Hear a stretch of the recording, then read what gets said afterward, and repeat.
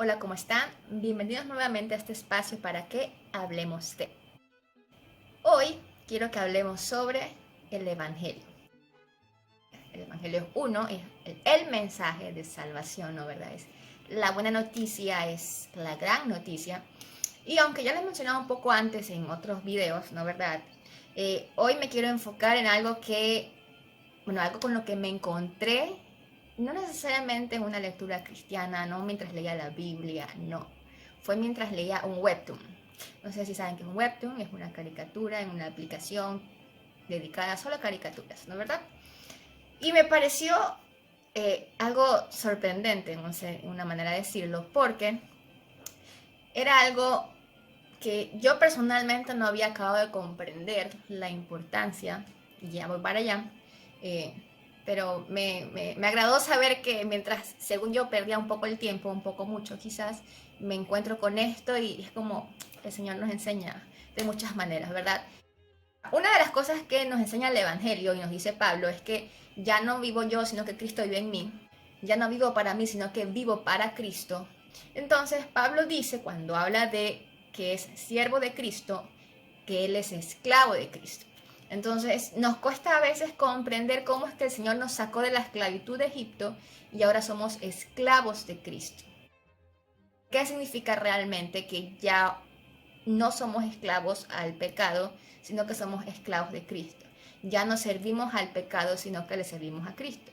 Y por supuesto que servirle a Cristo es algo bueno y es algo que querríamos hacer. Pero además entender exactamente por qué necesitamos ser esclavos de Cristo es lo que pude aprender en estas últimas semanas, o sea, mientras leía este webtoon. Entonces aquí se los comparto. Bueno, esta historia que les voy a presentar es la historia sobre una emperatriz. Y esta emperatriz, por razones de la vida, no necesariamente las más piadosas, acabó en medio de una subasta de esclavos.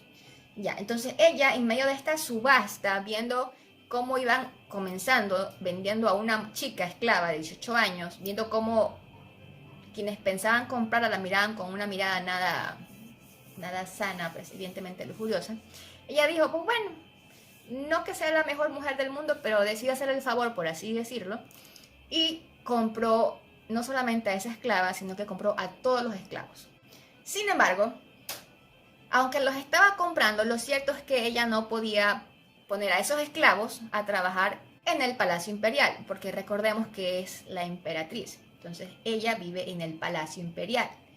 Y en el Palacio Imperial todos los que sirven son personas que tienen un alto, bueno, más o menos un alto rango. Hijos de nobles, no cualquiera puede servir en el Palacio Imperial. No cualquiera puede servir.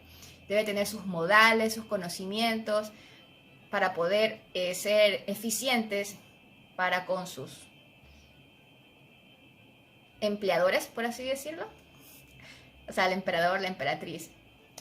Entonces, como ellos no podían, por su condición de esclavos, su falta de cultura, su falta de modales, su falta de todo, no podían como esclavos trabajar en el Palacio Imperial, ella se preguntaba, no, pues yo qué hago con ellos, porque a mí no me pueden servir en el Palacio Imperial. Y como veremos acá en una de las imágenes, dice que si los compra, como o sea, siendo esclavos, los compra y los deja libres, liberarlos cuando no tienen nada es lo mismo que decirles que se mueran de hambre. O sea, literal. Si tú compras a unos esclavos para sacarlos de su esclavitud, pero los dejas a sus expensas, ellos no van a poder hacer nada por sí mismos porque la gente, al saber que han sido esclavos, no los va a tratar como la gente, ni siquiera pobre, sino como esclavos. Más bien van a acabar siendo víctimas de la explotación y el abuso, y si es que no los vuelven a agarrar y los vuelven a vender como esclavos, porque no tienen quien los defienda, por así decirlo. Y en fin, habría sido inútil haberlos liberado en primer lugar, porque los liberaban para otra vez volver a caer. Y acá es la parte sorprendente que dije, claro, tiene todo el sentido. Entonces, la emperatriz decidió que como al fin y al cabo ya los compró, ¿no? ¿Verdad? Dice, he pagado el precio y los compré de manera justa. Por tanto, de ahora en adelante, ustedes deben de servirme a mí como su dueña. O sea, ellos pasan de ser de esclavos maltratados a servirle a ella.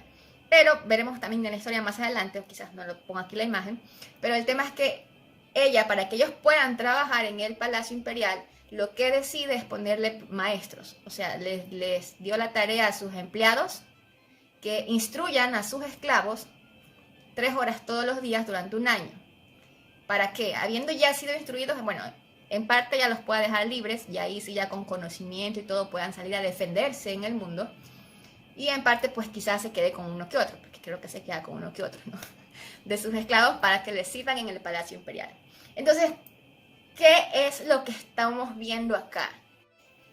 Esta persona, por hacerle un favor al esclavo que estaba esclavizado, lo compró, pero que si lo dejaba libre, él iba a volver a caer esclavo de donde lo sacó.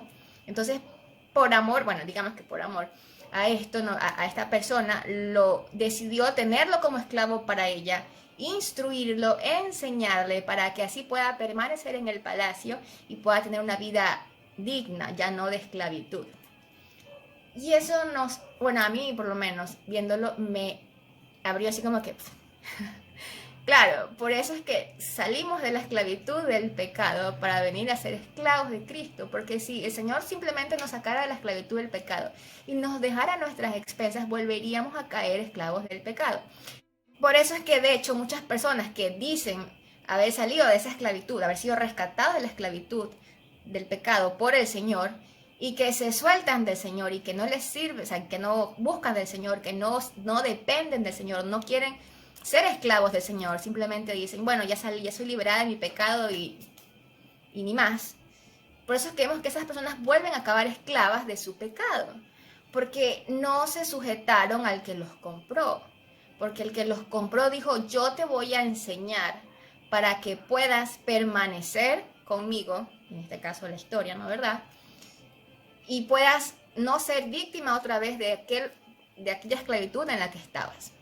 Y asimismo vemos a la historia cómo estos esclavos están felices de servirle a esta emperatriz. O sea, no es que como que, ay, me tocó volver a servir a la gente. No, no, no.